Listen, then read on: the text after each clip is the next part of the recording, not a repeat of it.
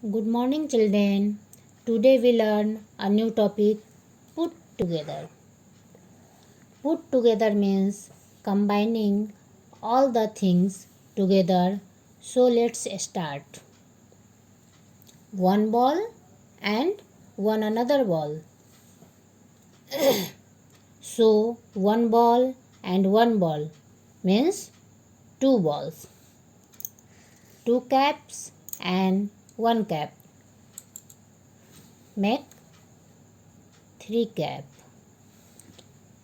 Two smiley and two smiley make four smiley.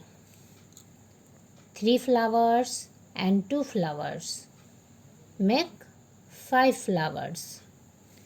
Three sweets and three sweets make six sweets.